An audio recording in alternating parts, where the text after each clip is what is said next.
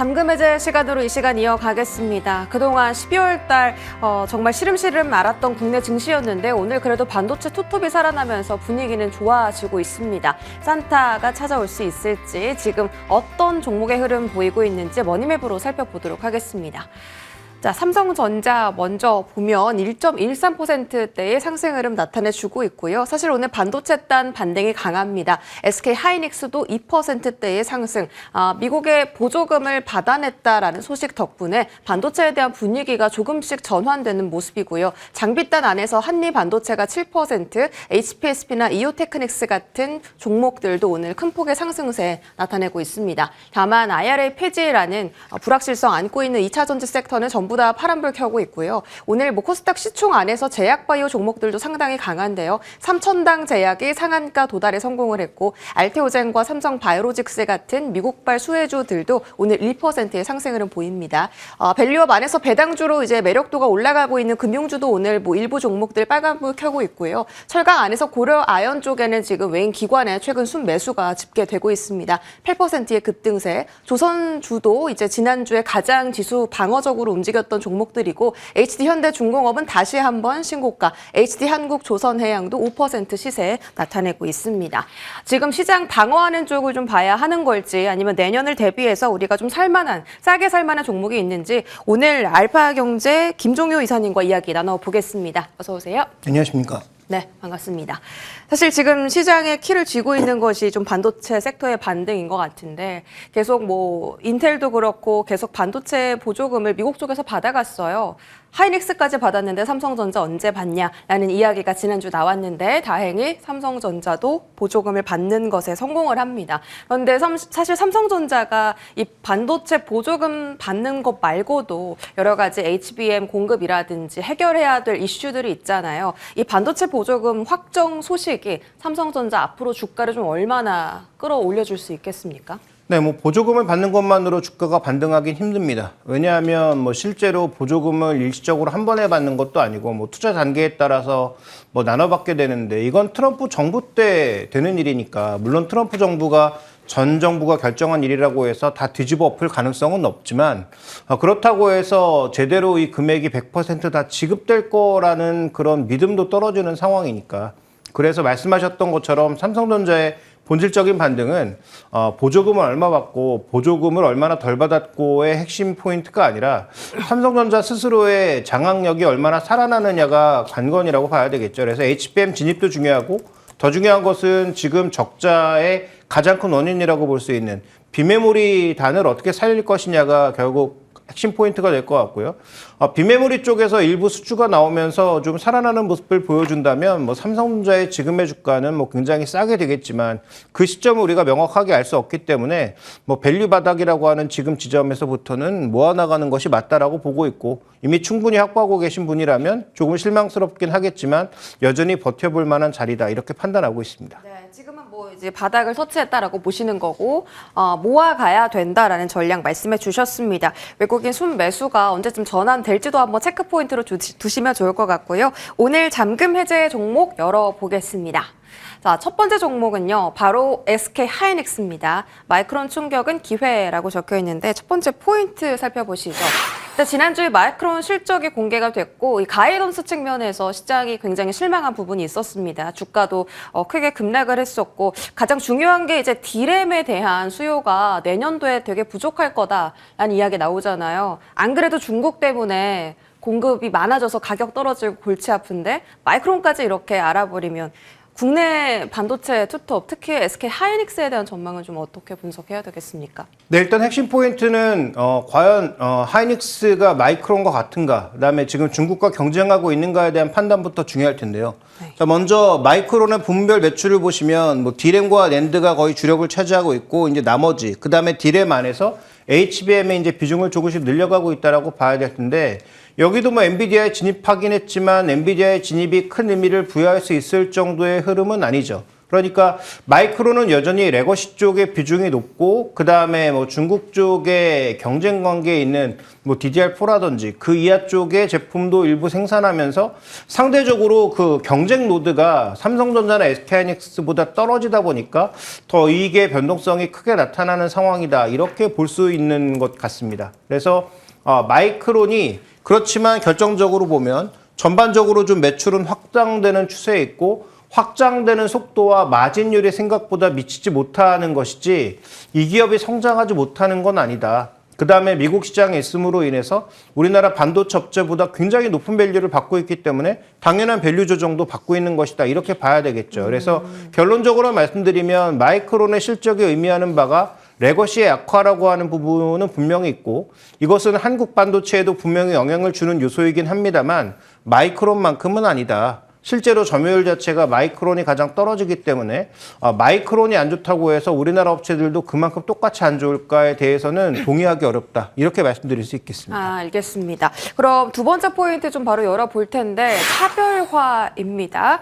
어떤 부분이 좀 차별화되는 건지 궁금한데 사실 SK하이닉스의 가장 큰 무기는 HBM이잖아요. 지금 그 누구도 따라올 수 없는 독점적인 위치에 놓여 있는데 이것 외에도 우리가 주목할 만한 차별점이 있습니까?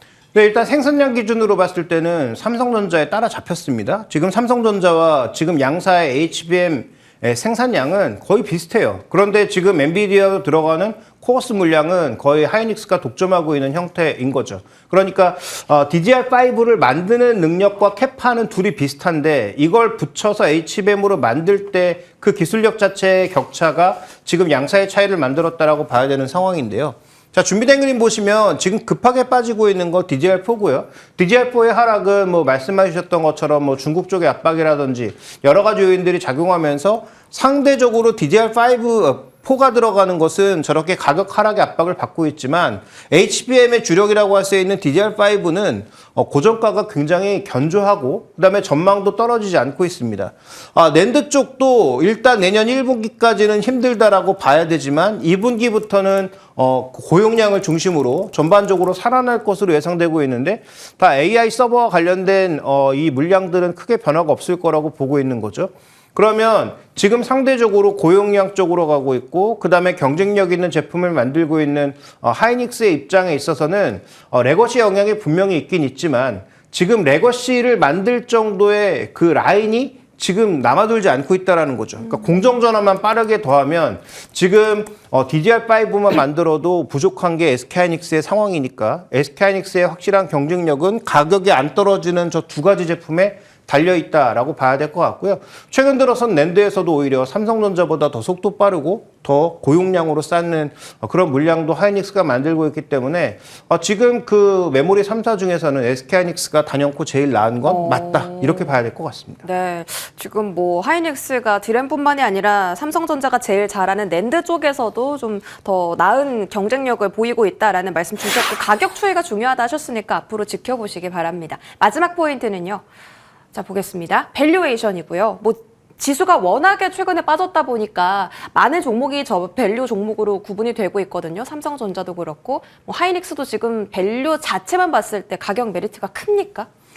지금 뭐 상대적으로는 다른 회사보다 좀 높은 상황이죠. 네. 그런데 우리나라 SK하이닉스나 삼성전자가 평균적으로 0.8배에서 한 이 2배 정도 사이에서 움직였다라고 봐야 되는데 하이닉스는 HBM의 엔비디아의 향을 독점하면서 마의 영역을 깼어요. 2배 이상을 가지 못했던 마의 영역을 깨면서 한때 2.5배 이상까지 급등하기도 했었는데요. 지금 현재 조정받아서 내려온 자리가 한 1.5배 정도 사이인 거죠. 그래서 과거 0.8배에서 2배까지 움직였다가 이 HBM의 독점으로 가면서 2.5배까지 갔기 때문에 2.5배까지 갈 수 있느냐? 그건 이제 삼성전자의 역할에 따라 달라질 거고 그 다음에 AI 서버의 확장 속도에 따라 달라질 수 있겠지만 저는 2.5배까지는 이제 힘들다라고 봅니다. 그러면 그때보다는 조금 낮춰서 한 2.2배 정도를 보면 이 종목의 목표 주가는 20만 원대 초반 정도가 나올 거예요. 그러면 전략적 접근을 할 때 18만 원 이상에서 이 종목을 사는 건 저는 적절한 전략이라고 생각되지가 않습니다. 그래서 최대한 18만 원 아래에서 멀어졌을 때 그다음에 PB 1배 수준 내년도 12개월 포워드에서 PBR 1배라고 할 수 있는 13만 원 아래로 갈 가능성도 저는 확률이 거의 없다고 보고 있어요. 그러면 매수 가격을 14만 원, 18만 원 사이 정도의 가격에서는 저는 뭐 분할 매수 관점은 유효하다라고 보고 있고 목표가는 20만 원 초반대 정도로 설정을 해서 접근을 한다면 뭐 제가 보기엔 좀 만족할 만한 수익률이 내년에 나오지 않을까라고 보고 있기 때문에 하이닉스는 조정 시 매수 관점 유지하되 급등하는 구간 18만 원 위에서는 메리트가 전혀 없다. 이렇게 말씀을 드리겠습니다. 매수는 무조건 18만 원 이하 선에서 분할 매수 시도하시고 21만 원 목표가 제시해 주셨습니다. 다음 종목 만나보시죠. 다음 열어볼 종목은 SBS입니다. 지난주에 이제 나온 소식이고 넷플릭스와 엄청난 계약을 했다 이러면서 급 상한가 갔는데 오늘 또 바로 또 상한가 2연상 가버렸습니다. SBS 시총이 뭐 1조 원을 가야 된다라는 내용도 리포트에 담겨 있던데 자 포인트 바로 열어볼게요. 첫 번째 포인트, 넷플릭스. 방금 제가 말씀드렸던 것처럼 이게 얼마나 SBS의 주가를 끌어올릴 힘이 있는 거예요? 네, 일단 뭐 비밀 계약이기 때문에 정확한 수치는 우리가 알 수 없지만 그래도 우리가 추정해 볼 수 있는 게 있죠. 바로 이제 이 부분인데 국내 지금 OTT의 MAU 그러니까 먼슬리 유저가 얼마나 되는지를 살펴보면 지금 주력으로 납품했던 웨이브 대비해서 지금 넷플릭스가 거의 3배가량 차이가 나고 있다는 거죠. 그러니까 편성의 전체 물량을 넷플릭스로 보낼 수 있는데 그 넷플릭스로 보내면서 나타날 수 있는 숫자의 증가가 3배다? 그러면 동일 점유율을 기준으로 봤을 때 지금 우리가 그 웨이브에 있었을 때 점유율 정도를 기준으로 봤을 때 생각보다는 매출이 꽤 늘지 않을까라는 기대를 가져갈 수밖에 없고요. 그러면 웨이브만큼 좋은 수익률로 가져갈 수 있었을까를 보면 그렇진 않았을 가능성이 높죠. 아무래도 이 콘텐츠를 채워넣는다라는 측면에서 넷플릭스에서도 가격을 조금은 내렸을 가능성이 있기 때문에 그런 부분들은 살펴봐야 될 것이고 그다음에 이제 글로벌화되는 건 전체가 글로벌화되는 게 아닙니다. 특정 몇 개 상품들만 골라서 글로벌로 가는 것이기 때문에 글로벌로 인한 효과는 제한적이라고 봐야 되겠죠. 다만 국내만 놓고 봤을 때도 웨이브의 400만과 지금 넷플릭스의 1130만은 분명히 숫자가 크게 다르다라는 점에서 시장은 흥분하고 있다. 이렇게 볼 수 있는 상황인 것입니다. 알겠습니다. 다음 포인트도 바로 보겠습니다. 자, 그렇다면 지금 SBS 가장 중요한 건 실적인데 뭐 지금 뭐 계약금이 얼마다 이런 세세한 내용은 사실 잘 모르잖아요. 근데 이런 계약을 통해서 SBS가 앞으로 뭐 실적이라든지 숫자가 실제로 올라갈 수 있는 모멘텀이 있느냐가 중요한 것 같습니다. 네, 일단 1분기부터 실적이 바로 나올 것이기 때문에 1분기의 실적을 보면 대충 우리가 크게 흐름을 알 수 있을 것 같고요. 지금 이게 웨이브양 수익이라고 봐야 되는데 웨이브양 수익이 떨어지고 있었거든요. 아무래도 OTT 경쟁이 치열해지면서 전체적으로 수익이 떨어지고 있는 측면이 있었는데 지금 이쪽에서도 한 300억 정도의 이익을 냈었단 말이죠. 그러면 아까 단순 숫자가 3배라고 했으니까 그 3배 정도의 숫자에다가 해외로 나가는 물량을 좀 우리가 생각해 본다면 적어도 1000억 단위 정도의 이익은 가능하지 않을까라고 볼 수 있는 거고 그러면 그 정도의 이익을 계산해 봤을 때 지금의 밸류에이션은 작년에 대비해서 올해 실적이 지금 4분의 1 토막이 났거든요. 그러면 그걸 일정 부분 되돌릴 수 있는 수익이 발생하는 것 아니냐라고 봐야 될 것 같고요. 정확한 계약이 알려지지 않아서 이 숫자는 아마 분기마다 계속 체크를 해봐야 되겠으나 이런 단순한 숫자 계산만 해봤을 때도 그러면 23년도 정도의 수익을 회복할 수 있다 정도로 바라볼 수 있는 것이고 그러면 최근에 나타난 이틀간의 급등은 속도가 너무 빠르긴 하지만 비이성적인 것은 아니다. 이렇게 볼 수 있는 상황인 거죠. 가격이 좀 궁금해집니다. 잠시 뒤에 여쭤보고요. 저희 세 번째 포인트 열어보겠습니다. 바로 저평가 탈출이고요. 안 그래도 최근에 콘텐츠 미디어 쪽이 그 트럼프 정권의 그 관세 영향에서 벗어난다라는 수혜를 좀 얻고 있었는데 그것과 더불어서 이제 저평가 국면에 들어갔다면 네, SBS 상승 룸을 어디까지 봐야 될까요? 네, 일단 뭐 저평가에서 탈출한다라는 것은 뭐 이미 이틀간에 60% 이상의 급등을 통해서 이미 탈출을 했고요. 네. 근데 여기서 더 중요한 건 뭐냐면 그러면 어느 정도까지 밸류를 주는 게 맞느냐가 신 포인트가 되겠죠. EPS 기준으로 작년이 한 2,000원 정도. 근데 올해 지금 말씀드렸던 대로 지금 500원 단위로 줄어들었거든요. 4분의 1 토막이 났거든요, 실적이. 그러면 2023년 정도의 이익을 회복한다라고 봤을 때 EPS가 다시 2,000원 부근으로 회복한다면 PL 10배로 봤을 땐 2만 원. PL 한 15배 정도로 보면 한 3만 원 정도를 볼 수가 있는 거죠.